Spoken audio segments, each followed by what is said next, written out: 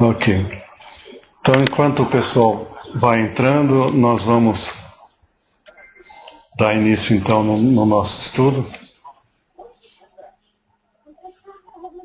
Agradecendo aí a paciência de todos pela pequena atrapalhada aí no início, mas, graças a Deus, está no ar.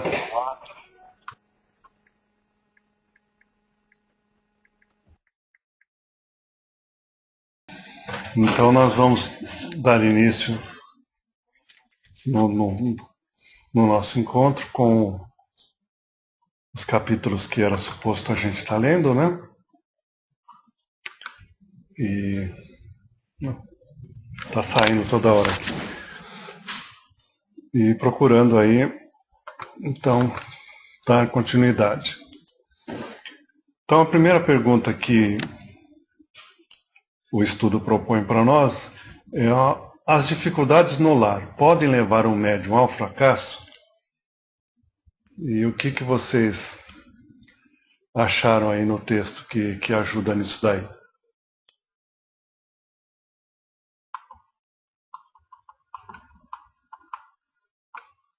Alguém gostaria de estar comentando?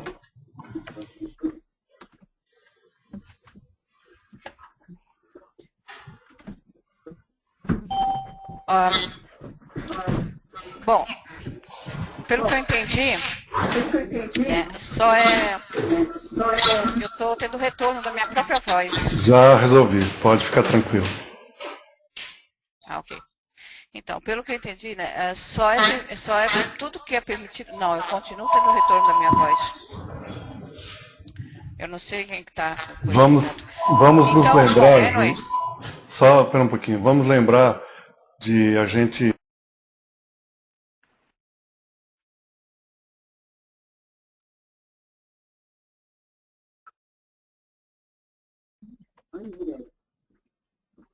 Eu não escutei nada do que você falou. Eu só falei para nós lembrarmos de deixar em mute enquanto alguém estiver falando. Por favor, vamos lá, pode falar, Tânia.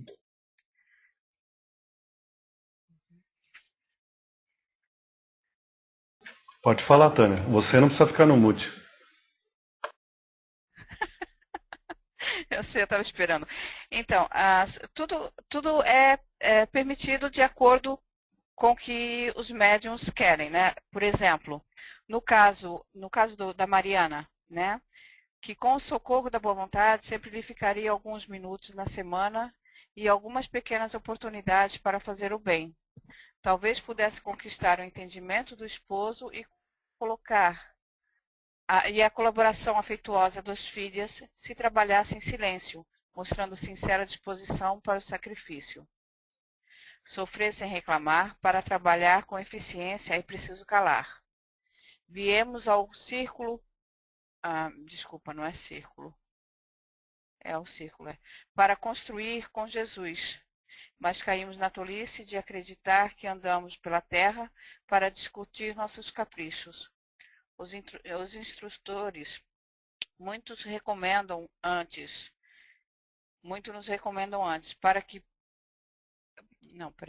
que para bem ensinar é necessário exemplificar melhor.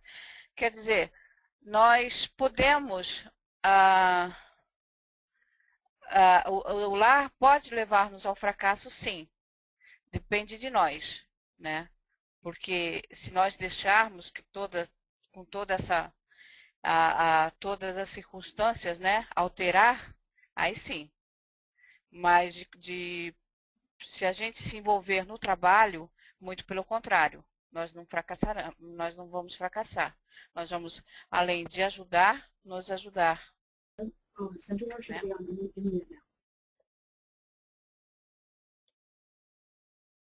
Muito bom, obrigado, Tânia. Mais alguém gostaria de fazer alguma colocação?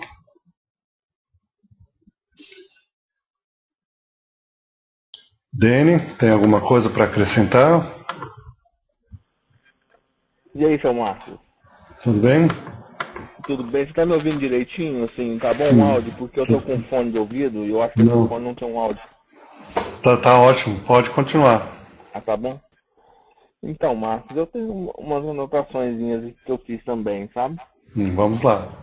E né, porque o que eu encontrei é que né, esse capítulo, ele é um capítulo voltado para exortar os médiuns ao trabalho, né, sem reclamações e sem medos.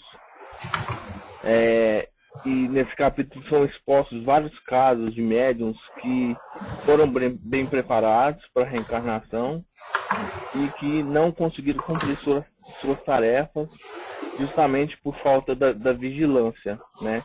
Eles foram vigilantes e se deixaram levar por esses probleminhas, né, do dia a dia que aparecem nas nossas vidas.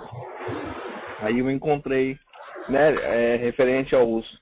A gente tem uns 3 casos, eu acho, né, de 3 ou 4 casos de entidades que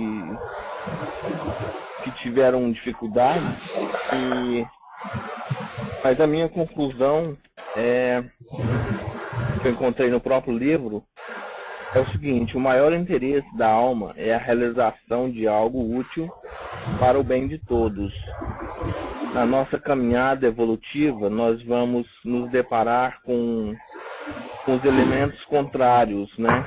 Ironias da ignorância, ataques da insensatez, sugestões inferiores da nossa própria animalidade surgirão com certeza no nosso caminho, né? Esses contratempos vão surgir no caminho dos trabalhadores fiéis. São circunstâncias lógicas e fatais do serviço, porque não vimos ao mundo físico para descanso injustificável, mas para lutar pela nossa melhoria a despeito de todo impedimento fortuito. Então, não sei se está entrando em convergência com a opinião da Tânia, eu acho que os problemas de casa não é desculpa, sabe, pra gente não foram desculpas, né, pro caso dos médiuns, para eles se perderem, mas eu acho que mais a invigilância de cada um deles. É isso. Muito obrigado, Dani. Mais alguém gostaria de fazer alguma colocação? Eu. Só uma coisinha, uma nota pequenininha que eu pensei também, que vão ocorrer várias coisas dentro do lar para que aconteça o fracasso. E uma delas é que os espíritos que se reencontram, eles são espíritos que, de alguma forma, né, estão juntos por algum propósito, né, reencarnando. Então, as suas divergências, os seus problemas do passado vão fazer com que aquilo também atrapalhe, vão influenciar também esses espíritos que estão dentro da nova jornada, né? Então, vão fazer o possível para que aquela pessoa que veio com aquele propósito, está seguindo aquele propósito, querendo seguir o compromisso, se afaste.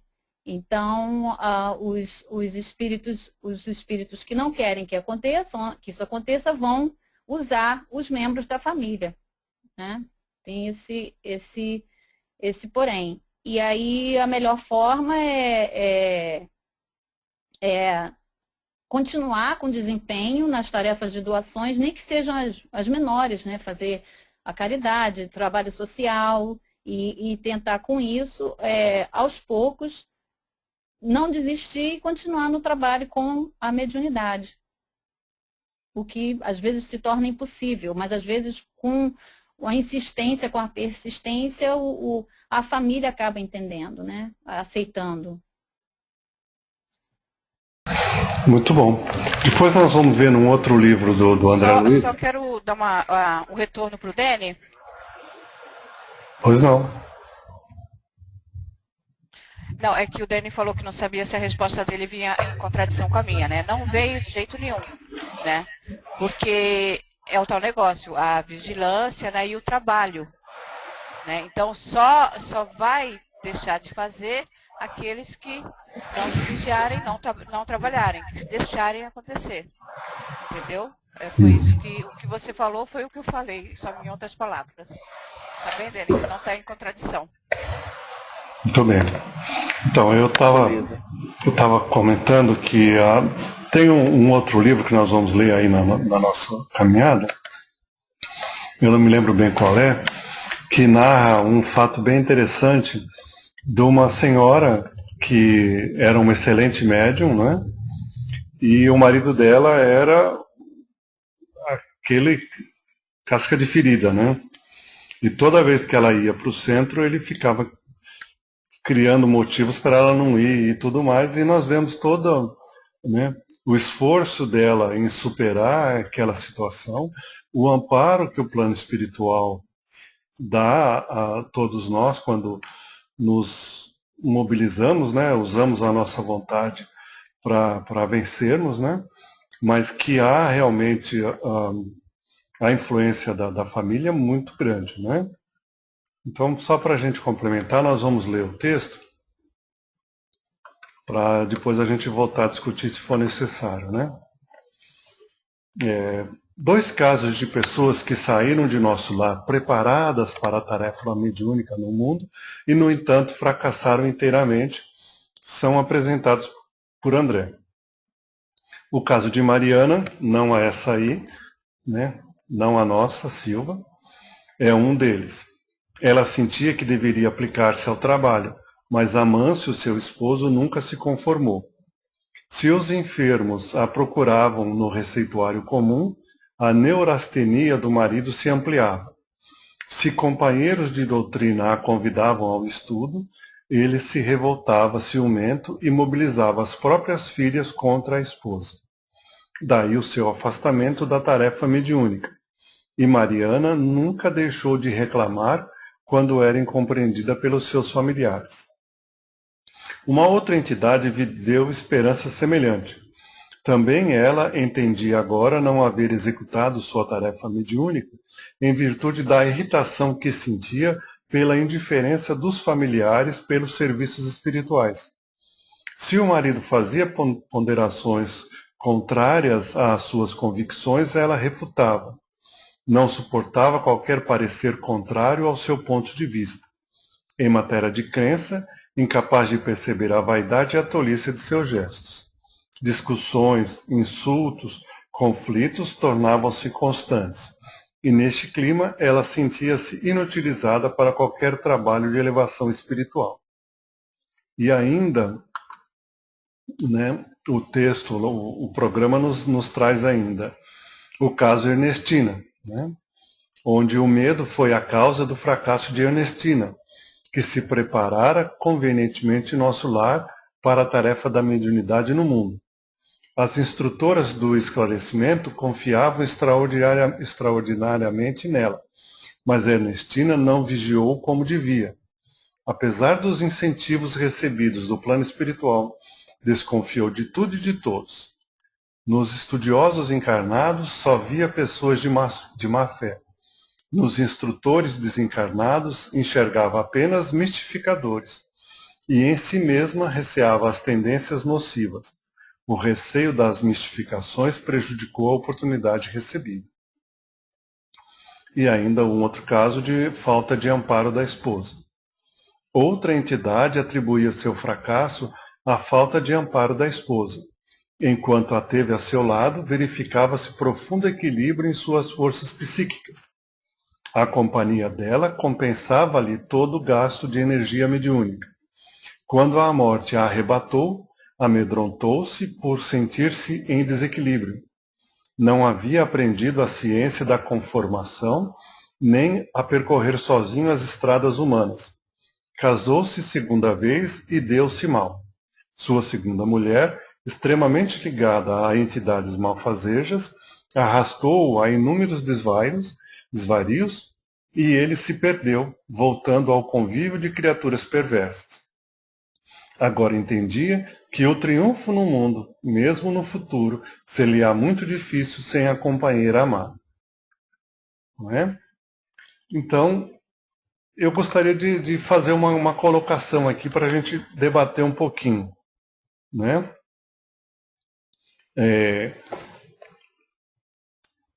Até que ponto vocês, muitos aí falaram da questão da vontade, da força da vontade, né? E aqui os casos mostram o problema da convivência familiar na atitude, né? No comportamento e no sucesso ou fracasso do médium, né?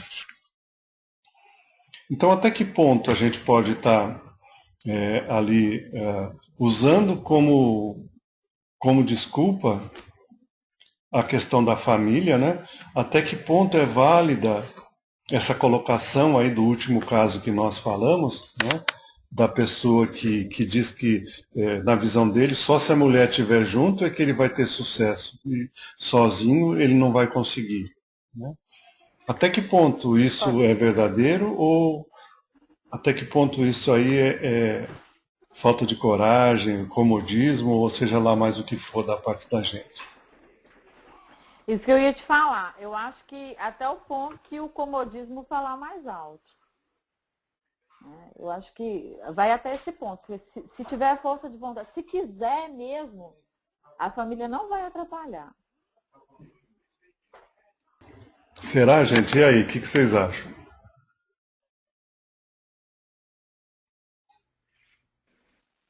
Ninguém acha nada? Marcos, Opa! oi, como eu já tinha colocado um pouquinho antes, né, uma das frases de uma da senhora lá, que enquanto aquela primeira senhora, ela estava lá reclamando do marido, das filhas, ela pega e faz uma ponderação, ela fala assim: a invigilância pode nos levar ao fracasso. Sempre temos recursos e pretextos para fugir às culpas.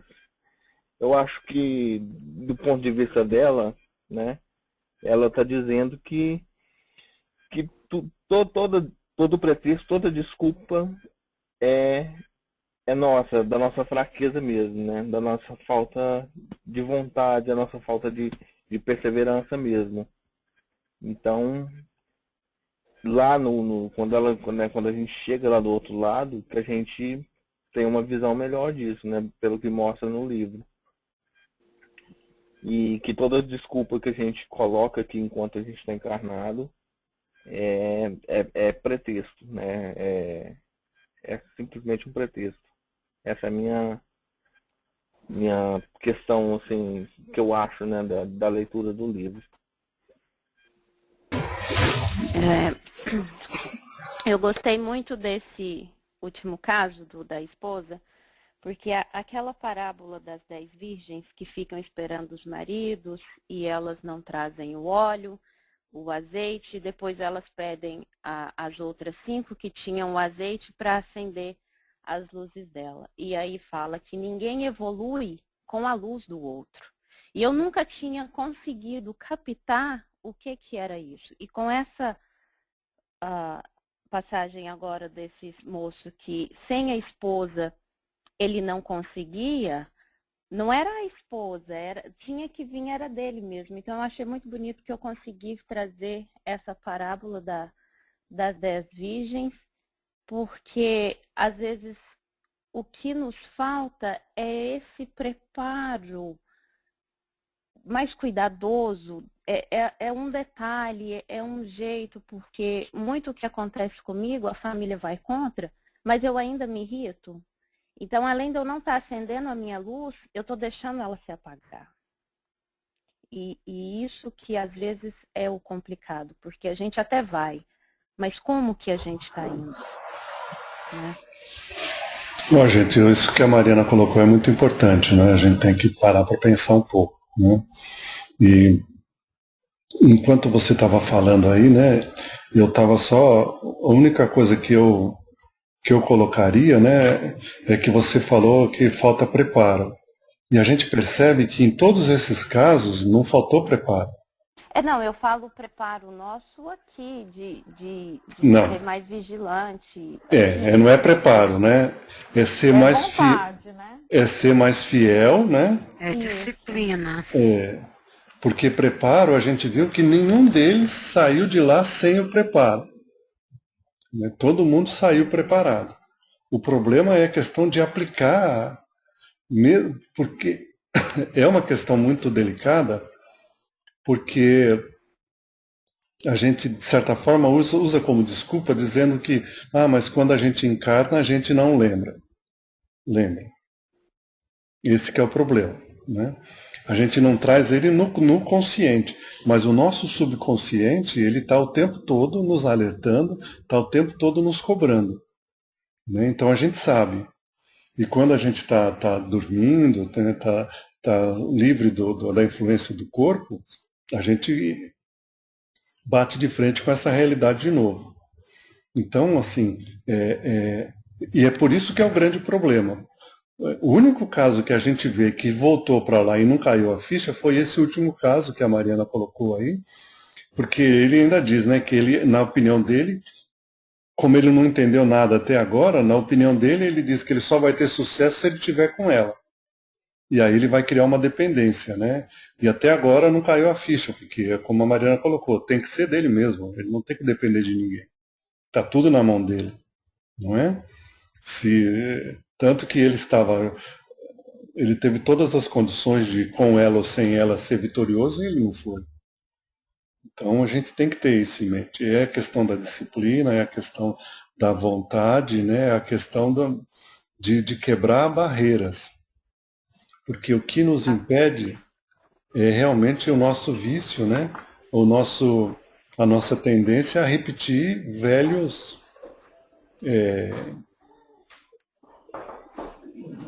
hábitos, né? Velhos hábitos que a gente tem. Né? Quer falar alguma coisa, Cleide?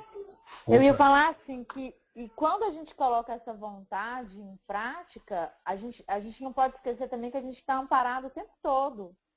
Né? Que quando a gente se esforça nessa vontade, nesse querer, acaba que a família, de uma forma ou de outra, vai se beneficiando através dessa nossa vontade, da nossa mudança de conduta, e as coisas vão se apaziguando e vão ficando mais calmas, e não necessariamente a gente tem que deixar de fazer ou deixar de ir por conta da família. Né? Eu não sei, eu consigo, olhando para o meu exemplo, eu vejo assim que eu colocando a minha vontade em prática, eu estou sempre amparada pelo plano espiritual.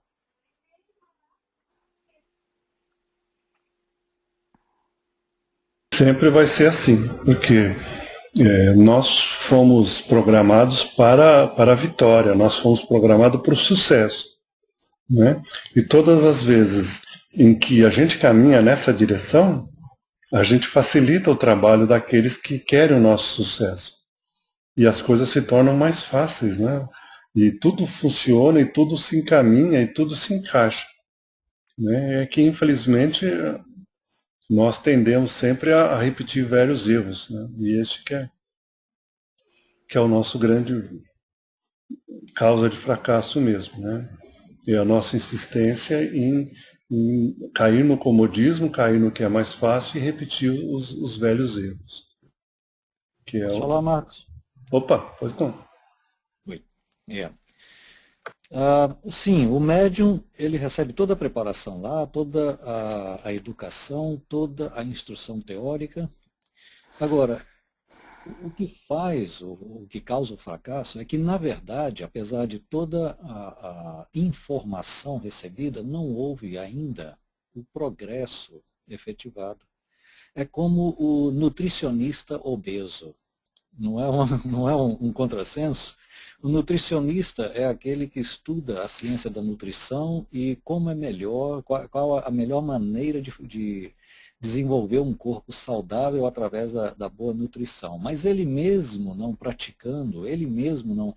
Se aquele progresso que ele adquiriu da escola não se efetivou dentro dele mesmo, ele vai seguir o caminho que a maioria das pessoas segue, né? Que é comer tudo aquilo que a boca gosta, né?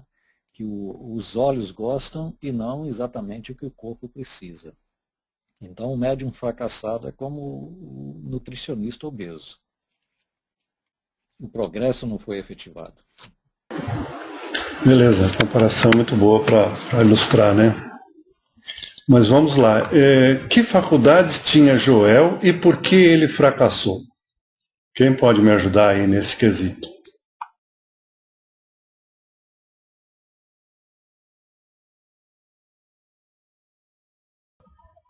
Dou-lhe uma, dou-lhe duas, dou-lhe Dene. Oi. Me socorre aí, me socorre aí. Então, o Joel, ele tinha a faculdade da clarividência, né? E que eu encontrei também, eu acho que era a clarividência, ele tinha uma audição também um pouco mais, como se diz, a audição dele era uma audição psíquica. Então ele foi preparado no plano espiritual, né, ele recebeu todo esse preparo e através do magnetismo, né, que aí eles dilataram, né, as percepções dele. E ele fez mau uso, né,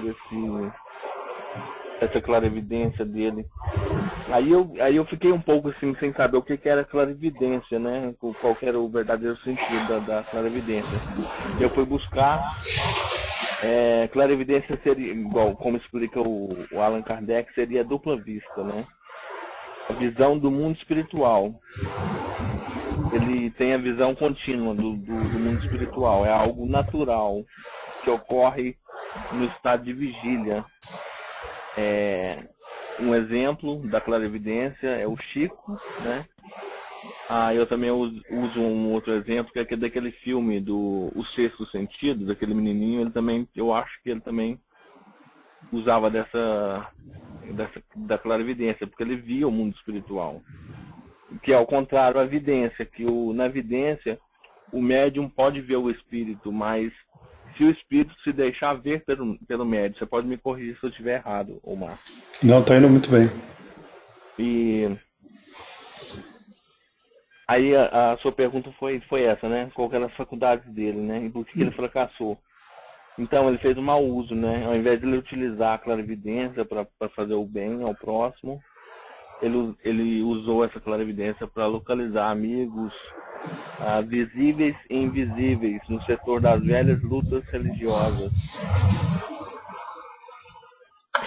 E é isso. Muito bom. Mais alguém gostaria de complementar o que o Aldene colocou para nós? Ok, vamos liberar o texto e aí a gente comenta em cima, né? Então, outro que saiu preparado de nosso lar e fracassou no mundo é Joel.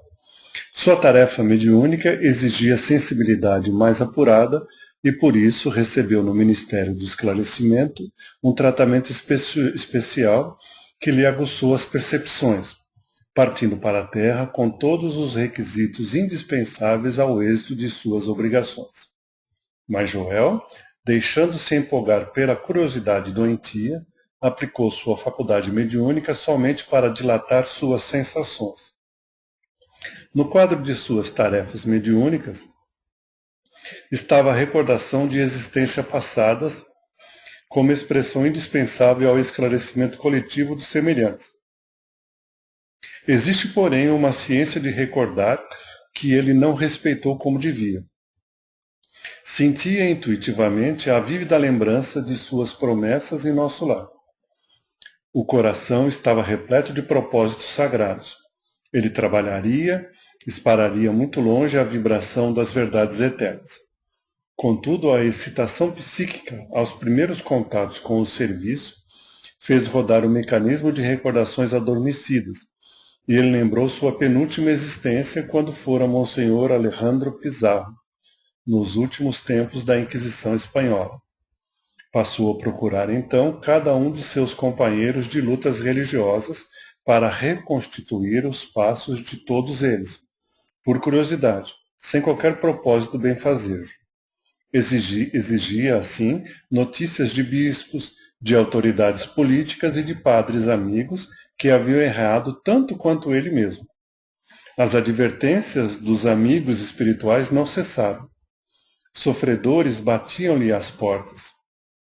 Seus companheiros tinham um abrigo de órfãos em projeto, um ambulatório que começava a nascer e serviços semanais de instruções evangélicas nas noites de terças e sextas-feiras.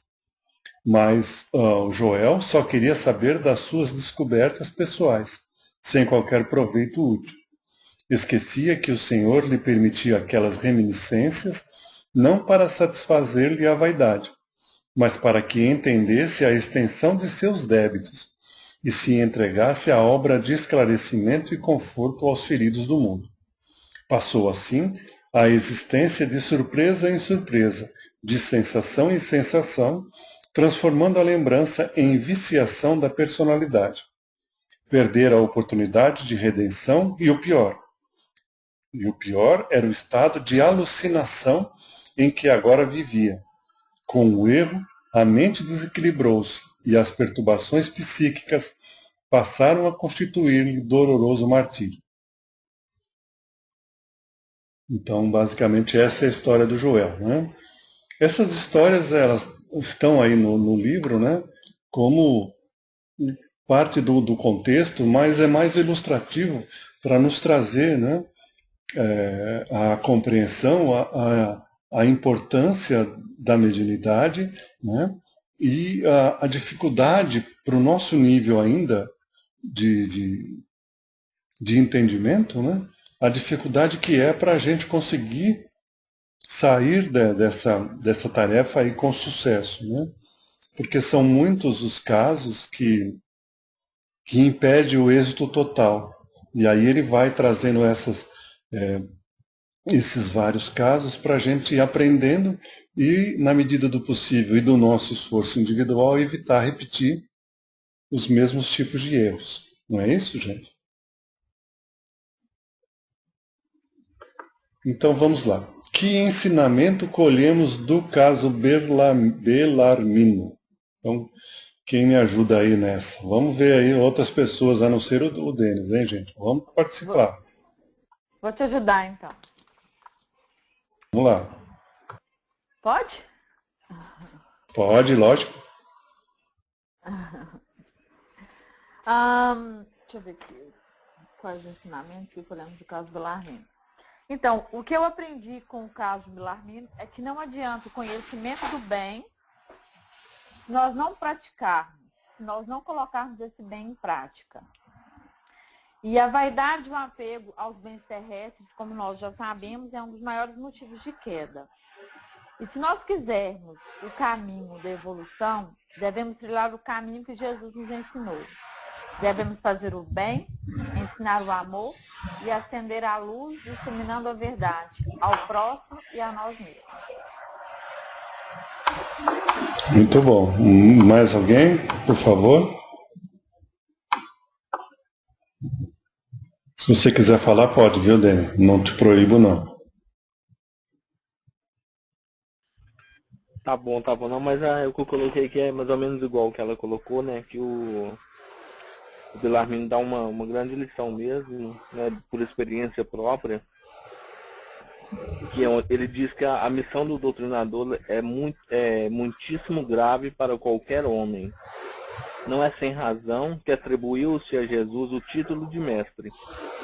Bellarmino concluiu que para atingirmos uma ressurreição gloriosa não há, por enquanto, outro caminho, além daquele que palmilhado pelo doutrinador divino.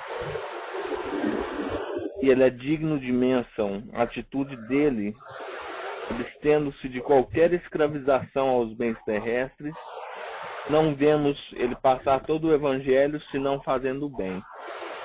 Fazendo igual, como disse a Cleidane, fazendo o bem, ensinando o amor e acendendo a luz, disseminando a verdade. É isso. Muito bom, muito bom. Então vamos dar uma lida no texto aqui, pra gente. Então lá, né? O caso Bellarmino. Fisionomia grave, gestos lentos, Belarmino Ferreira deixava transparecer grande tristeza no olhar humilde. Fora um doutrinador fracassado. Sua tragédia é igual à de todos os que conhecem o bem, mas não o praticam. Saíra de nosso lar com tarefa de doutrinação no campo do espiritismo evangélico. Sua companheira Elisa acompanhou-o no serviço laborioso. Desde criança conhecera o espiritismo cristão. Mais tarde chegou à presidência de um grande grupo espiritista. Teve a seu dispor o concurso de 8 médiuns dedicados. Descambou, porém, para o campo da experimentação científica, à procura de provas insofismáveis.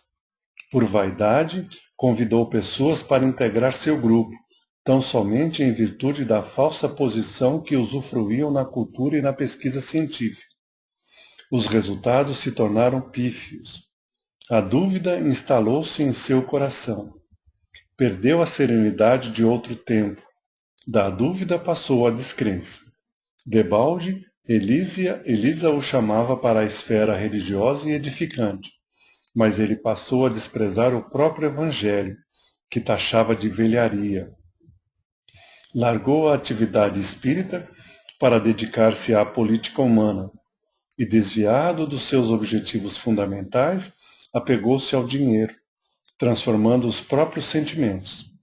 Quando desencarnou, tinha uma bela situação financeira no mundo e um corpo crivado de enfermidades, um palácio confortável de pedra e um deserto no coração.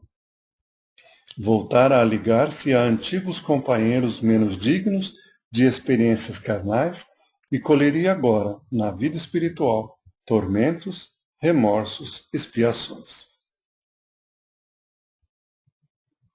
Bem significativo, né, gente? Para que nós aí tenhamos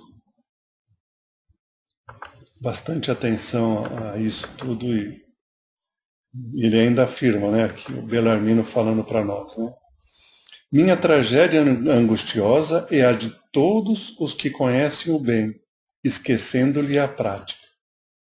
Depois ele ainda diz, cada homem receberá agora e no futuro, de acordo com as próprias obras. Então, que a gente possa refletir aí sobre tudo isso, né, gente? Alguém gostaria de complementar antes da gente passar para o Monteiro? Não, o que eu ia falar o que me faz pensar é o seguinte, que essa ligação, ela é constante, né, Marcos? Não adianta, assim, se é no início ou se eu já estou há 10, 15, 20 anos conhecendo a doutrina espírita. É igual todo mundo fala, quem muito é dado, muito é cobrado, né? Então, não tem jeito. O caminho é esse, não tem como tentar mudar o corpo. É por isso que o lema de Emmanuel para o Chico é disciplina, disciplina, disciplina. Disciplina ontem, disciplina hoje, disciplina amanhã. Né? Porque os anos de prática do Espiritismo não é garantia de sucesso futuro. A gente tem que estar o tempo todo, né? E mais uma vez, aí entra Jesus no vigiar e orar. A gente tem que estar constantemente de olho, né? Porque para se desviar, independe do tempo de trabalho, né? Todos estão sujeitos, não tem como. Infelizmente. E mesmo porque... Opa, desculpa. Não, o que eu ia falar é rapidinho, que aquele Estudando o Evangelho à Luz do Estudo Miudinho, eu esqueci o nome do projeto. Um dia lá eles comentaram e perguntaram para o Chico quanto tempo que ele tinha conseguido para se manter numa vibração. Ele disse que depois de 20 anos foi que ele conseguiu se manter definitivamente na vibração do Dr. Bezerra de Menezes. Então, se para o Chico foram 20 anos para ele conseguir se manter nesse nível, nesse padrão de vibração, é porque é muito mais do que esforço. É conhecimento e disciplina. Eu acho que eu não vou levar uns 20, não. Eu acho que umas 19 encarnações eu consigo. Eu estou contando essa como a primeira, né? É, por aí. Um Mas ciclo, né? pode falar, Tânia. Tânia? Oi, oi. Mago. Não, é que os cachorros começaram a latir, eu desisti de falar também. Não, é que a gente analisa, né, como livro, né, só na parte do espiritismo, né? Mas é claro que não só são espíritas que são treinados, né, para voltar e fazer o seu propósito, né, no bem, né? Tem muita gente aí, né? Então, quer dizer, ele está colocando para nós na parte da doutrina espírita, né? Mas eu acho que muitos também são também em outras religiões, em outras áreas, né? Não, eu acho que eu vou mais fundo do que isso, Tânia. Porque, vamos dizer, no livro ele está falando de mediunidade. E eu falaria que isso se aplica a qualquer coisa na nossa vida. O convívio com a família, o trabalho, o convívio na sociedade, o estudo, tudo, em tudo isso há, né, dois caminhos, o caminho do sucesso e do fracasso. E os mesmos problemas que ocorrem no caso da aplicação da mediunidade, a gente pode estender para qualquer situação da nossa vida. Então não é só religião, é na vida como um todo, não é? Com certeza. Infelizmente. Eu estava pensando sobre isso essa semana, né? Porque esse livro não ajuda só a nós que somos médiums ou espíritas, mas ajuda a todos no dia a dia. Com Né? certeza. Porque a gente tem que olhar os nossos erros em nossa casa, os nossos erros no nosso trabalho e olhar os nossos. Né? É como eu sempre, quando eu leio o Evangelho, quando eu faço o Evangelho no lar, eu falo, nós não estamos aqui para analisar um ao outro, é cada um analisar a si mesmo. Né? Porque eu acho que é isso que esse livro quer. Ele está nos dando a referência das histórias, mas é para a gente olhar para dentro da gente mesmo, né? Com certeza. Dia a dia. Okay. Mas vamos ver aqui Falo então. mais. Muito bom. O que ocorreu na erraticidade a Monteiro e qual foi, segundo Veneranda, a causa do seu fracasso? Então vamos lá. Quem me ajuda nessa? Vou te ajudar. Pode? Pode não, deve. Monteiro era um doutrinador que possuía mais raciocínio que sentimentos no coração. Com o vício intelectual, com o trabalhar mais entusiasmado que sincero. Foi o que aconteceu. Mesmo recebendo todo o auxílio para iniciar a tarefa, um enorme entusiasmo instalou-se em seu espírito. Ele tinha sob seu controle alguns médios de efeitos físicos, de psicografia e de incorporação. E tamanho era o fascínio que o invisível exercia sobre ele, que distraiu completamente a essência moral da doutrina. E segundo a ministra Veneranda, a causa de sua derrota não era nem complexa e nem difícil de explicar.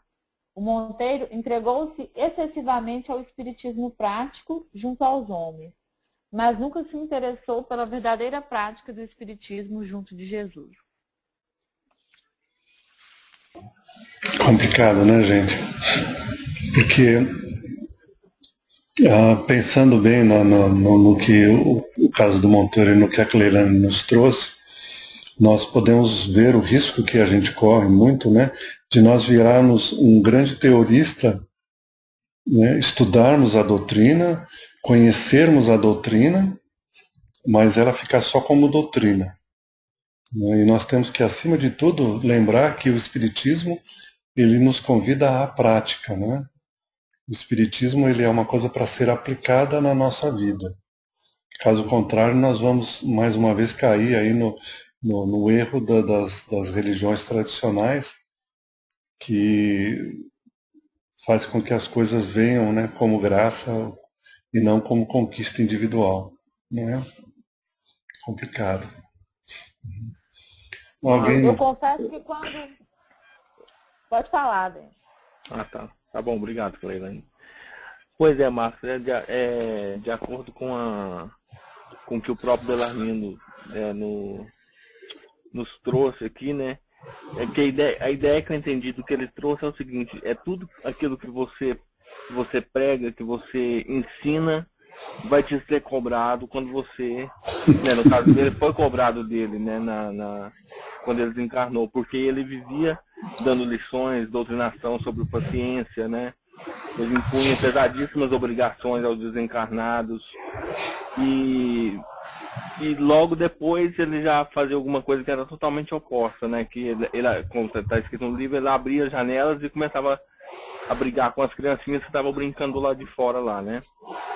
E aí o que acontece, né? De acordo com a sua pergunta, ele quando desencarnou, entidades perigosas e revoltadas já estavam ali aguardando ele na saída do plano físico e para poder cobrar dele isso, né? E ele gritava, ele chorava, ele pedia a misericórdia divina e tal, mas com uma atitude irônica, os próprios espíritos que ele costumava doutrinar antes, né, cobravam dele, dizia para ele, né, com uma atitude irônica, eles recomendavam serenidade, paciência, né, perdão às faltas alheias, sabe?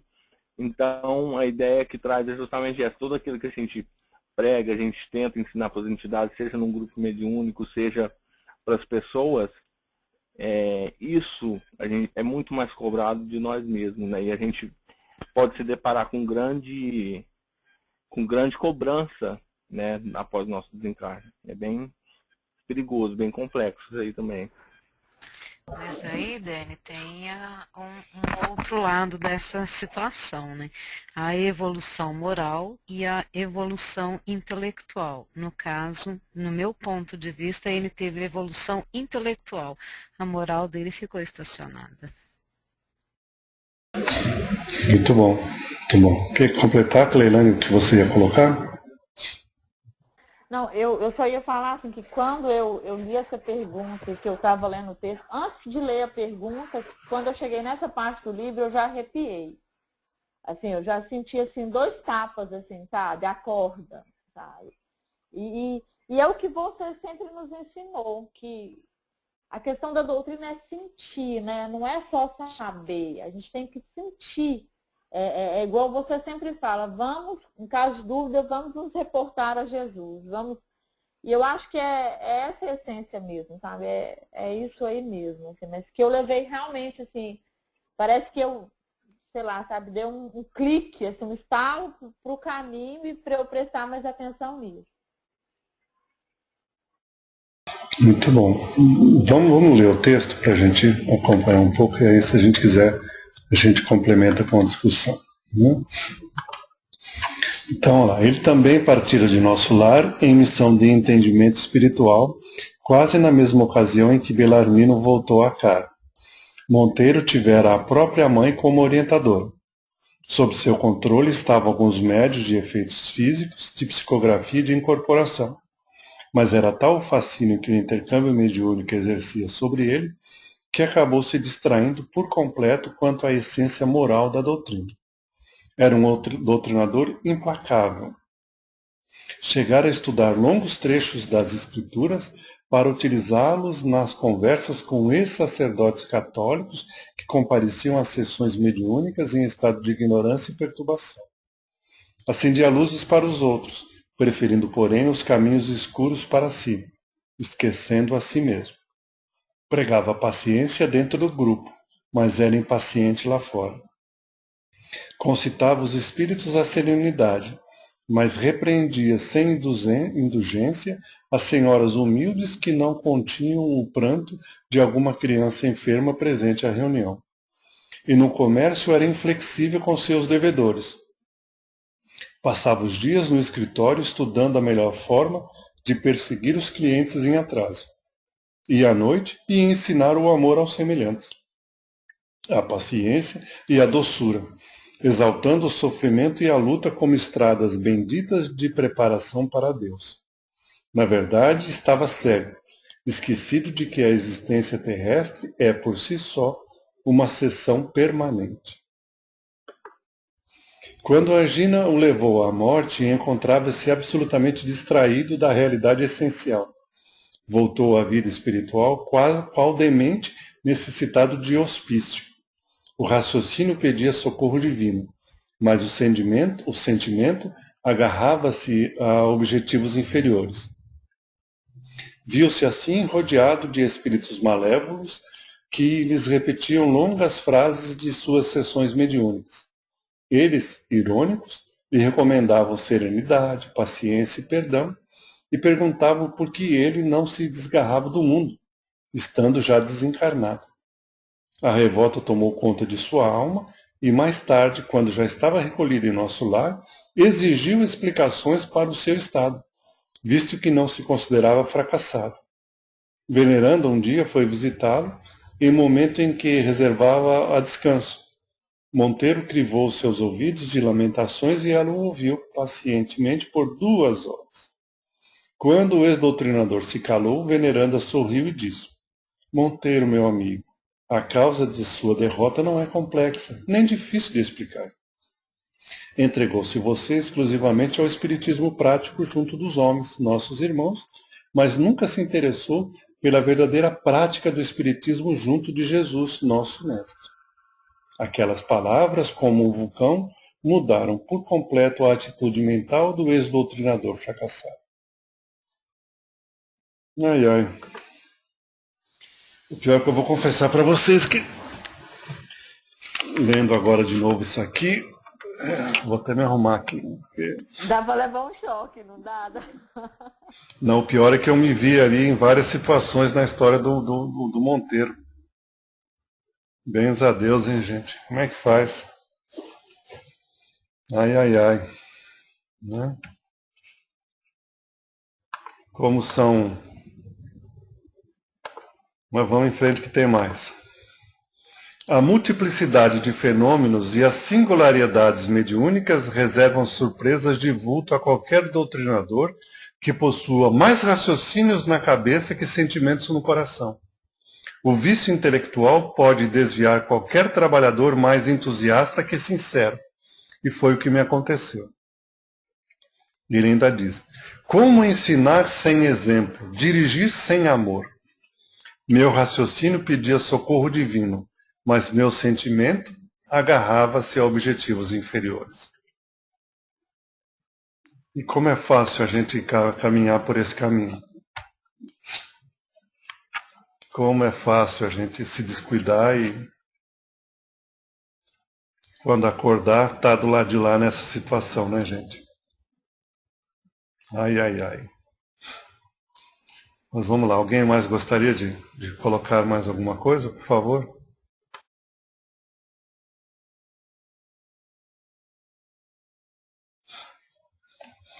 Então vamos para a próxima pergunta. Por que muitos médicos fracassam?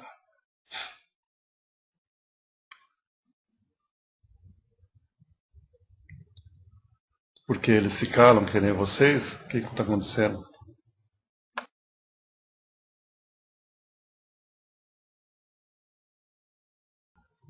Então vamos ler.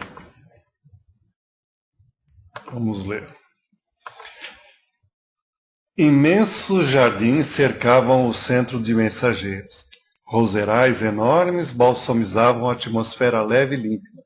André Luiz estava perplexo com tantas novidades. Vicente relatou-lhe então que no Ministério do Esclarecimento há enormes pavilhões das escolas maternais, onde milhares de irmãs comentam as desventuras da maternidade fracassada, buscando reconstituir energias e caminhos. Há ainda ali os centros de preparação à paternidade, a especialização médica, o Instituto de Administradores. Garganta está seca. Em todos eles, os espíritos fracassados procuram restaurar as próprias forças e corrigir os erros cometidos na mordomia terrestre. No que concerne à medicina, os ex-médicos em bancarrota espiritual são inúmeros. Vicente relatou então o caso de um amigo, exímio cirurgião, que, atraído pelas aquisições monetárias, caiu desastradamente. Ops. Nos dias de grandes negócios financeiros, sua mente se deslocava da esfera médica em busca dos interesses materiais. Não fosse a proteção espiritual, essa atitude teria comprometido oportunidades vitais de muita gente. A colaboração do médico tornara-se quase nula e muitos que desencarnaram nas intervenções cirúrgicas, notando a sua irresponsabilidade, atribuíram-lhe suas mortes físicas, votando-lhe ódio terrível. 2 deles, mais ignorantes e maldosos, o esperaram no limiar do sepulcro para atormentar. A saúde humana é patrimônio divino, e o médico é sacerdote dela. Os que recebem o título profissional em nosso quadro de realizações, sem dele se utilizarem a bem dos semelhantes, pagam caro a indiferença. Os que dele abusam são, por sua vez, situados no campo do crime. E finalizando, Jesus não foi somente o mestre, foi médico também. Deixou no mundo o padrão de cura para o reino de Deus.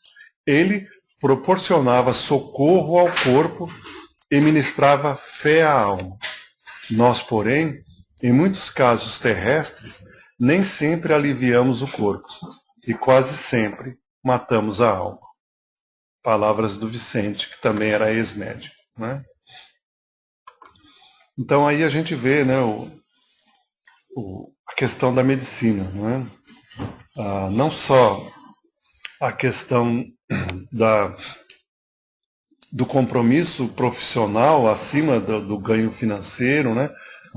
O famoso juramento de Hipócrates, né? Que o médico faz e ele tem que seguir. Mas mais do que isso, o Vicente nos coloca uma coisa muito mais profunda, que é a questão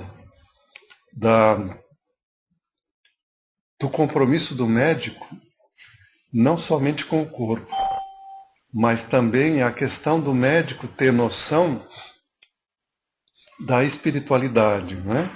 E ele também procurar atender a essa questão de levar também conforto espiritual, não matar, não é, no paciente a fé, não questionar, não duvidar e não procurar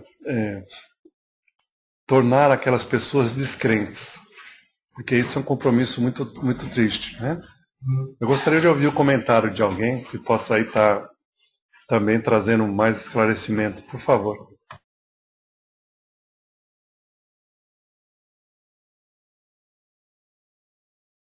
Vamos lá, gente? Ninguém quer falar nada? Todo mundo saiu, me deixou sozinho aqui.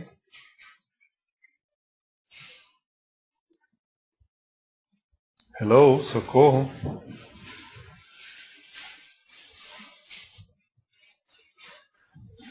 Você já disse tudo, Marcos. Obrigado, Daniel. Eu estava assustado aqui, achando que tinha caído a conexão. Meu Deus. Então vamos lá.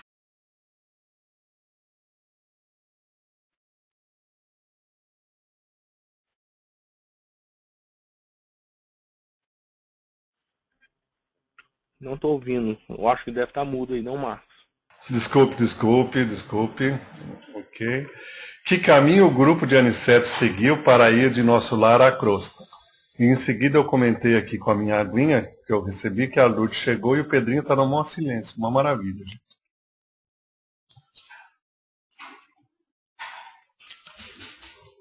Então, gente, que caminho que ele seguiu? Ele pegou o táxi, foi de camelo, foi de aeróbus. Como é que foi que eles foram do nosso lar para a crosta?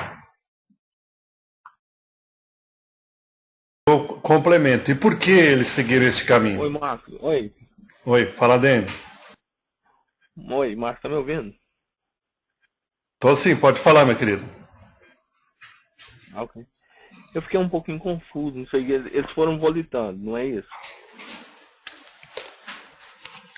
Eles foram volitando, gente? E aí? Eles foram volitando por um caminho diferente. Não é? Eu acho que entendi foi isso. Porque existem vários caminhos, né? E eles pegaram um caminho diferente por aí. Agora eu não sei explicar direito, ficou um pouco confuso. Então vamos tentar entender isso daí, né? Vamos primeiro lembrar quando ele foi. Ele já tinha ido para a crosta antes? Já, quando ele foi visitar a família, né? Já tinha ido visitar a família, né? E como é que ele tinha ido as outras vezes?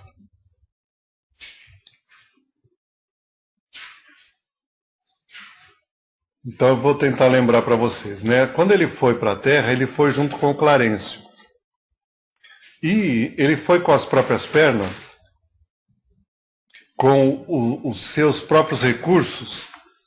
Não. Foi de Aerobus? Não. Ele foi para a Terra auxiliado pelo Clarencio. Então vamos supor que é como se Clarencio pegasse na mão dele e arrastasse ele para a Terra. Ok? Dessa vez ele achou diferente por quê? Porque o Aniceto não utilizou os recursos de conquista dele, Aniceto, para ajudar o Vicente e o André Luiz. Pelo contrário, o Aniceto, ele se recusou a usar os recursos que ele tinha para seguir as condições que os dois tinham. Vocês estão compreendendo o que eu estou querendo dizer? Então, dessa vez, o André Luiz, ele saiu do nosso lar para a crosta usando o seu nível evolutivo, as suas próprias conquistas. E das outras vezes, ele ia de carona. Vocês percebem a diferença? Foi por isso que foi mais difícil. E foi devido a este esforço que algo aconteceu quando eles se aproximaram da crosta. E o que foi que aconteceu? Vocês se lembram? Andando. Não, vamos ler aqui, depois a gente volta a falar sobre isso, que é muito importante, gente, para a gente entender esse livro aí. Então, primeiro, para a gente entender, né, por recomendação de Aniceto, André Luiz e Vicente receberam no gabinete de auxílio magnético as percepções, anexo ao centro dos mensageiros, determinadas aplicações espirituais que, entre outras consequências, dilatariam a sua visão espiritual. A princípio, nada de extraordinário André notou, embora sentisse dentro do coração nova coragem e alegria diferente. Depois, quando caminhavam por uma região envolta em sombras, raios de luz passaram a despreender-se intensamente de seus corpos. Era a primeira vez que André Luiz se vestia de luz. Luz que se irradiava de todas as células do seu corpo espiritual. André e Vicente ajoelharam-se, banhados em lágrimas, enviando a Deus seus agradecimentos em votos de júbilo fervoroso, e Aniceto os contemplava feliz. Aniceto, André Luiz e Vicente partem sem bagagens para uma viagem de estudos e trabalhos na crosta, que duraria uma semana. Seguem, porém, um trajeto diferente. Não utilizam a estrada livre mantida por ordem superior para as atividades normais dos trabalhos espirituais e trânsito dos irmãos esclarecidos em véspera de reencarnação. Aniceto explica que as regiões inferiores entre nosso lar e a crosta são tão grandes que exige uma estrada ampla e bem cuidada, requerendo também conservação como as rotas terrestres. Na Terra, obstáculos físicos, ali obstáculos espirituais. As vias de comunicações normais destinam-se ao intercâmbio indispensável. Os que se encontram nas tarefas de auxílio espirituais e os que se dirigem à reencarnação devem seguir com a harmonia possível, sem contato direto com as expressões dos círculos mais baixos. A absorção de elementos inferiores determinaria sérios desequilíbrios no renascimento deles. O pequeno grupo, porém, seguiria um caminho menos fácil, porque o objetivo era aprendizado e experiência. Então, olha que legal, né? Primeiro, o André Luiz e o Vicente, eles recebem aí um upgrade aí na questão da vidência, da visão deles, né? E eles vão estar caminhando, né, este caminho que nós vamos discutir já já, e é a primeira vez que eles conseguem enxergar a própria luz, já fruto do tempo em que eles ali passaram em nosso lar, de todo aprendizado que eles tiveram, né, de tudo aquilo que eles já conseguiram desenvolver de sentimentos. E mais uma vez o sentimento que eles têm é de imensa alegria, quando eles percebem, né, e o André Luiz até brinca, né, que a luz dele, comparada com a do Aniceto, era, né, a luz de um holoforte do Aniceto, quanto a uma luz de um palito aceso, que era o André Luiz. Mas mesmo assim, aquela luzinha de nada já traz uma alegria indescritível para ambos, né? E depois aí vem a explicação, né, do porquê esse caminho diferente, né? Então ele diz que do nosso lar para a crosta, o caminho é muito largo. E há um caminho que aqueles que vão reencarnar seguem, que é um caminho, vamos dizer assim, protegido das influências da inferioridade. E eles usam este caminho normalmente para impedir que um contato com os espíritos sofredores, né, do umbral, das zonas inferiores, possa influenciar negativamente aquele que vai reencarnar. Ou aqueles que são esclarecidos e que vão ali, né, em missões de socorro. Mas como no caso deles, a missão deles é de aprendizado, então o Aniceto ele preferiu evitar essa via central, que é protegida, e ir pelas vias onde transitam esses espíritos inferiores. Por isso que a viagem foi mais difícil, vamos dizer mais longa, né? E foi uma viagem mais surpreendente para o André Luiz, porque ele não pegou essa carona por esta via livre, essa via aí, né?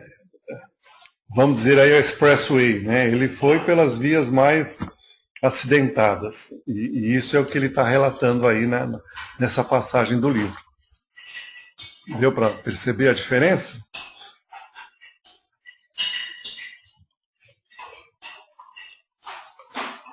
Alguém gostaria de fazer mais algum comentário, mais alguma colocação, por favor?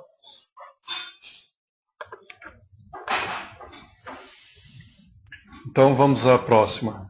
Na viagem até a crosta, o grupo utilizou a volitação? Vocês já responderam aí? Usou ou não usou, gente? Não me deixem só. Obrigado, Dani. Então, olha, vamos lá, né? O pequeno grupo valeu-se no início da volitação. Após atravessar imensas distâncias, surgiu uma região menos bela.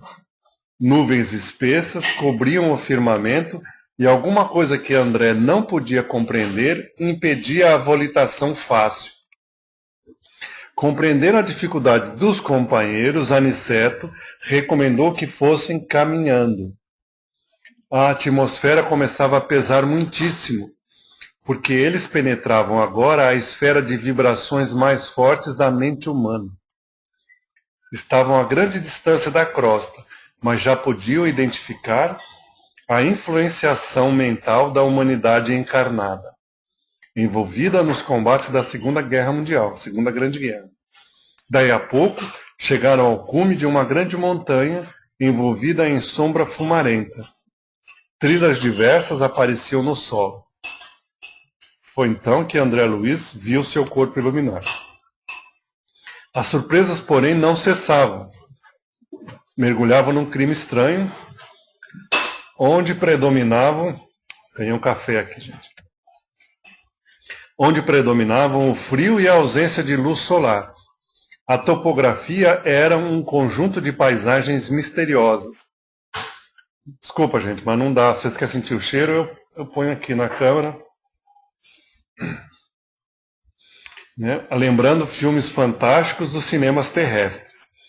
Picos muito altos, vegetação esquisita, aves de aspecto horripilante.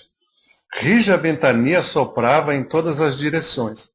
Aniceto explicou que aquele mundo, é o Café da Lourdes, que aquele mundo é continuação da Terra, que os olhos humanos não podem ver, visto que a percepção humana não consegue apreender senão determinado número de vibrações. No meio das sombras, alguns vultos pareciam fugir apressados, confundindo-se nas trevas das furnas próximas. Então é só a descrição, né, desta região que o André Luiz foi convidado aí, né, pelo Aniceto a conhecer como parte do processo de aprendizado. Né?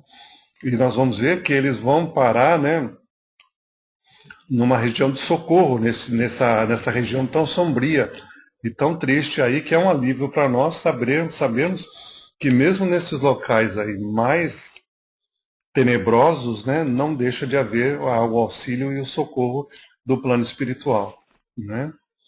E ele narra no livro, né, que ele percebe que o Aniceto poderia atravessar aquela área ali sem maiores problemas. Né, que ele poderia continuar volitando numa boa, mas que ele sabia que o André Luiz e o Vicente não tinham a menor condição de continuar volitando, então ele prefere caminhar junto com eles, né, como grande ensinamento de humildade, mas também para aproveitar a oportunidade para que o André e o Vicente possam conhecer essa região tão triste. Não é? E aí eles vão conhecer o posto de socorro ligado ao Campo da Paz. Né? Então vamos lá, agora vocês vão falar para mim poder tomar o café. Que aspectos do posto de socorro ligado ao Campo da Paz chamaram a atenção de André? Então vamos lá. A Mariana te chamou 2 vezes aí, eu acho que não ouviu não. Opa, desculpe, gente. Por favor, Mariana, eu não te ouvi. É relativo a outra pergunta. Posso perguntar aqui mesmo? Mas é claro, por favor. Desculpe, falha minha que eu não te ouvi. Tá. O café, coitado, deixa ele tomar. Talvez, eu fiquei aqui. Quando eles chegam nesse cume dessa montanha, eles já estão na crosta? Não. Eles ainda estão longe.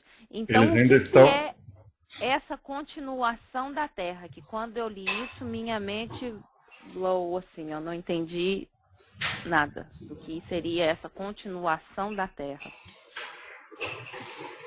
Muito bem. Vamos colocar uma coisa bem interessante, né? Eu já comentei com vocês, e tomara que o meu irmão não veja isso, que eu tenho um irmão mais novo que eu, que ele tem uma concepção de espiritismo diferente da minha. E ele critica muito os livros do André Luiz por essas descrições da natureza, né? Ele fala onde já se viu, né, no plano espiritual ter construções, ter trabalho, ter pagamento, ter bônus hora, ter casamento, ter todas essas coisas que ele falou, esse plano espiritual não né? E hoje eu fui atualizar o nosso site depois de muito tempo e o que acontece? Toda semana eu ponho lá um trecho de um livro, que é um livro do Irmão X, né? E hoje eu fui atualizar e eu peguei o texto e coloquei lá e o texto chama-se Em Resposta. Então, eu convidaria vocês a irem até o nosso website, que foi atualizado hoje, e que lessem esse Em Resposta. porque é a resposta que o irmão X dá para o meu irmão, né? Dentro das críticas que ele faz. E o irmão X vai justificando e vai falando por que o plano espiritual tem todas essas coisas, né? Então a gente acha muito estranho, fala assim, poxa vida, né? Se é plano espiritual, por que tem que ter todas aquelas coisas aradas? Por quê? Né? E o irmão X nos explica, ele fala assim, né? Você acha que se você mudou de casa, você deixa de ser a pessoa que você é? Não, não ocorre isso, né? Então ele fala, a misericórdia de Deus ela é tão grande que aqueles que Deus ampara, aqueles que morrem, achando que estão vivos. Então, a espiritualidade plasma, né, através do pensamento, e a própria espiritualidade inferior também tem essa capacidade de plasmar, né, o ambiente em que eles estão. Então, Mariana, já numa faixa já bastante distante da crosta terrestre, o pensamento humano, o pensamento das pessoas que estão encarnadas, né, eles já atingem essa região e das pessoas desencarnadas em condições inferiores, né, eles atingem essa região já distante do globo terrestre, né, distante da crosta, e plasmam essa paisagem. Então ali você tem estradas, você tem, né, esse posto de socorro aí, como é que o André Luiz descreve ele para nós? Ele é um forte medieval, um castelo medieval. Né? Como é que isso foi construído? Ele foi construído pelo pensamento, né, dos trabalhadores, de certa forma homenageando alguma situação, homenageando e tal, ou até querendo impor respeito aos espíritos inferiores para que eles não ataquem esse lugar, porque é uma fortificação. Então, o que acontece? Nós temos na espiritualidade toda essa região intermediária, né, que é um umbral, né, e, de certa forma, nós podemos chamar de médio umbral e de umbral inferior, porque lembrando que o nosso lar está no umbral superior, já na zona de transição entre o umbral e as zonas superiores, né, é ali que o nosso lar se situa. Então, essa região que ele está narrando é um umbral médio já indo para um umbral inferior, que já é muito próximo da crosta. E que é uma região muito rica em paisagens criadas pela mente daqueles que ali habitam e daqueles que ali trabalham em benefício dos que sofrem. Entendi. Então é criação mental, não é físico. Como tudo. Né? Através da criação mental, por isso que a gente diz que o pensamento ele tem vida. Né? Uhum. O pensamento plasma aquilo tudo e aquilo é como se fosse real. Né? Para o espírito inferior, aquilo são barreiras, é intransponível, porque ele não consegue ultrapassar essa criação mental. Então, é matéria, de certa forma sim, mas uma matéria muito mais sutil do que nós encarnados, por isso que a gente não vê, mas ela está aí. Né? E é uma matéria intransponível para esses espíritos inferiores que ainda não dominam o pensamento de forma suficiente para conseguir vencer essas barreiras. Né? Uhum. Obrigada. Oi? Eu ia falar da criação do quadro. Sim, é o mesmo princípio, né? E eu fiquei assim, você lembra que eu já tinha falado desse quadro antes? Eu fiquei impressionada, porque eles foram até a época em que foi vivenciado o martírio, né? E eu, inclusive, eu até esqueci, mas eu ia entrar na internet para ver esse quadro, porque ele é um quadro que existe, né? E como tem lá o nome do artista e tudo, eu ia entrar eu vi o quadro. Eu acabei esquecendo, eu vou ver se eu, acabando aqui, eu vou ver se eu entro para ver. Eu entrei na hora para ver o quadro. Eu fiquei só na vontade, mas faltou o resto. Fiquei só no ensaio. E tem um monte de imagem, tem algumas que impressionam realmente. Imagino lá, né? Então fica aí o convite para todos nós olharmos o quadro aí para a gente poder ver a sensação do André Luiz. Né? Mas vamos ler aí o texto para complementar, porque aqui ele fala do quadro. Né? A conselho de Aniceto, o grupo interrompeu os efeitos luminosos de seus corpos espirituais para não humilhar os que sofrem com a exibição de seus recursos. A excursão tornou-se menos agradável. Eles desciam através de despenhadeiros de longa extensão. A sombra fizera-se mais densa e a ventania mais lamentosa e impressionante. Depois de algum tempo de marcha, viram ao longe um grande castelo iluminado. Era um dos postos de socorro de Campo da Paz. O Campo da Paz é uma região, né? É o martírio de São Diniz. É uma região ligada ao nosso lar, depois nós vamos ver melhor isso, né? E esse aí é um posto de socorro, quer dizer, o Campo da Paz já é menor que o nosso lar e o posto de socorro é menor que o Campo da Paz, né? Pesados muros cercavam o posto. Aniceto moveu imperceptível campainha disfarçada na muralha. Dentro do posto, pomares e jardins maravilhosos perdiam-se de vista. A sombra aí já não era tão intensa. Eles se sentiam banhados em suavidade crepuscular, graças aos grandes focos de luz radiante. Pavilhões de vulto alinhavam-se como se estivessem diante de prodigioso educandário. Árvores senhoris, semelhantes ao carvalho, se enfileiravam.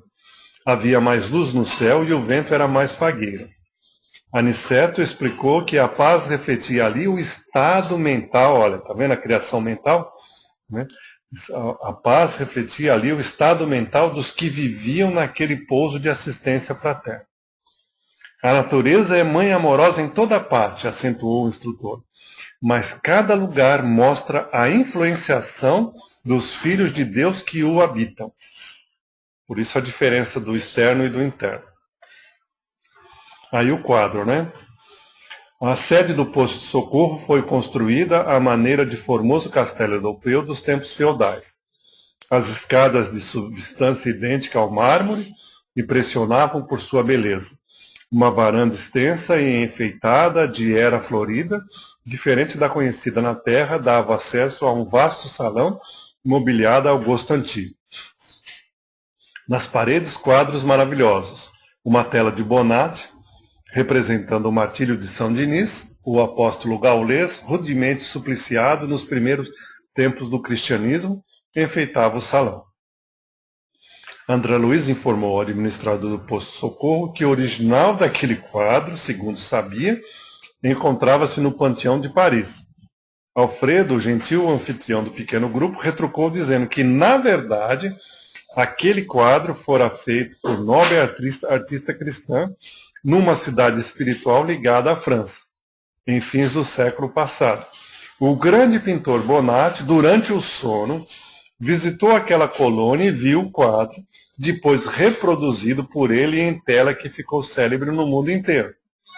Muitas criações artísticas são obras dos homens, mas nem todas são originalmente da terra. Esclareceu o administrador do posto de socorro. E eu acho que o Denis já mandou para nós aqui o link do quadro, viu, gente? Quem quiser, eu acho que já está disponível aí no nosso estudo, né? Muitas criações aí são obras dos homens, mas nem todas são originalmente da terra. Esclareceu o administrador do posto de socorro. A natureza é mãe amorosa em toda parte, mas cada lugar mostra a influenciação dos homens que habitam. Essa aqui eu repeti, desculpe. Como o casal Bacelar, também vieram em visita ao posto de socorro a filha do casal e Aldonina, a sobrinha. Cecília sonha com uma visita a nosso lar. Mas para consegui-lo é preciso atender a algumas obrigações. Isso aqui a gente não leu ainda. A colônia do nosso lar é muito avançada, comparativamente ao Campo da Paz. Seus ministérios são verdadeiras universidades de preparação espiritual. Daí a vontade imensa que a jovem tem de conhecer. Campo da Paz, localizada em plena região inferior, foi fundada há mais de 2 séculos por benfeitores espirituais que pretendiam criar um instituto de socorro desculpa, gente, imediato aos que são surpreendidos na costa com a morte física em estado de ignorância ou de culpas dolorosas. Mas nem todos os espíritos envolvidos estimam trabalhar lá. O trabalho meritório... Só um minutinho que eu vou melhorar aqui. Pronto. O trabalho é meritório, mas as aquisições são lentas. Barcelar, ali se encontra há mais de 50... há mais de 50 anos, depois de ter sido socorrido na própria colônia. Sua esposa reuniu-se a ele mais tarde e 20 anos atrás, Cecília e Aldonina foram atraídas à colônia para lhe dar continuidade ao lar terrestre. No momento, Cecília aguarda a chegada de alguém que ainda se encontra encarnado na Terra. Tudo isso nós vamos ler daqui a pouco, mais para frente no livro. Há em Campo da Paz instituições de atendimento parecidas com o nosso lar, mas estando muito próximo da crosta, as tempestades que a atingem obrigam seus moradores a serviços constantes. Lá não existem ministérios da união divina e da elevação. A colônia mais se assemelha a um avançado centro de enfermagem, rodeado de perigos, porque os ignorantes e infelizes a cercam por todos os lados. De 10 em 10 quilômetros, nas zonas vizinhas à colônia, há postos de socorro, como esse que eles estão, que funcionam como instituições de assistência fraternal e sentinelas ativas ao mesmo tempo. Ok? Então, pronto. Então é isso. Eu não sei se a Glorinha queria falar, porque o microfone dela estava aberto e estava dando interferência. Se você quiser falar, fique à vontade, tá, Glória? Eu te tirei do mute aí.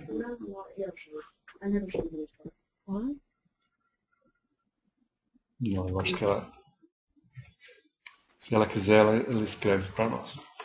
Então é isso, gente. Mais alguém gostaria de fazer alguma colocação? Porque nós chegamos ao final da nossa proposta de hoje.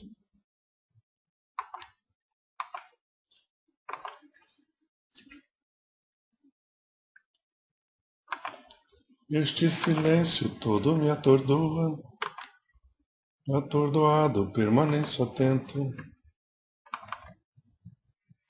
Então vamos para a próxima. Então, para o nosso próximo encontro, eu já vou mostrar para vocês. Ok?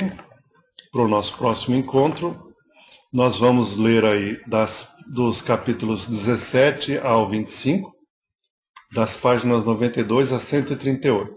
Né? E aí as perguntas são essas. Que lições podemos extrair do caso Alfredo?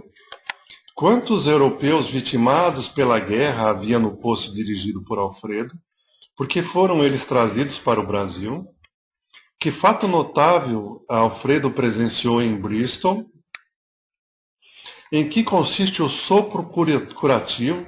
Esse tratamento é realmente eficaz? Por que o posto de socorro assemelhava-se a uma fortificação medieval? Quem eram os espíritos vistos por André em estado de sono? Por que eles dormiam? Que tipo de atendimento é prestado aos enfermos do posto? Eles recebem também alguma espécie de alimentação?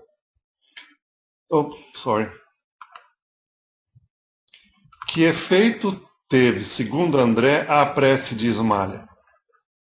Essa parte é muito bonita, gente. Então, vamos ler aí com bastante cuidado, com bastante carinho,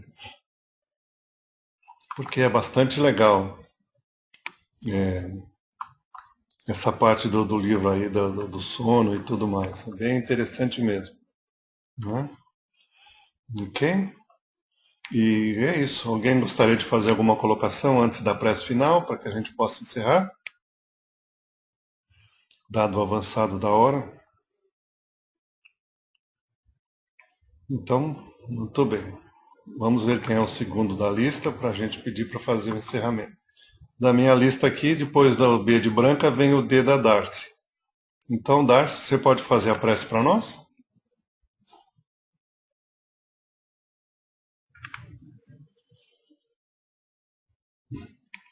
A Darcy está no mute. Já não estou mais. Obrigado. Está me ouvindo? Sim, sim, muito bom. Pode fazer, por favor, Darcy. Tá. Queremos agradecer ao nosso querido Mestre Jesus por mais essa oportunidade de estarmos reunidos online para podermos entender um pouco mais como que os nossos irmãos, tudo que aconteceu com eles, para que a gente possa aprender, tirar as nossas lições e para que a gente consiga não falhar. Obrigada, Mestre Jesus, mais uma vez, e que possamos ter um ótimo final de semana. Que assim seja.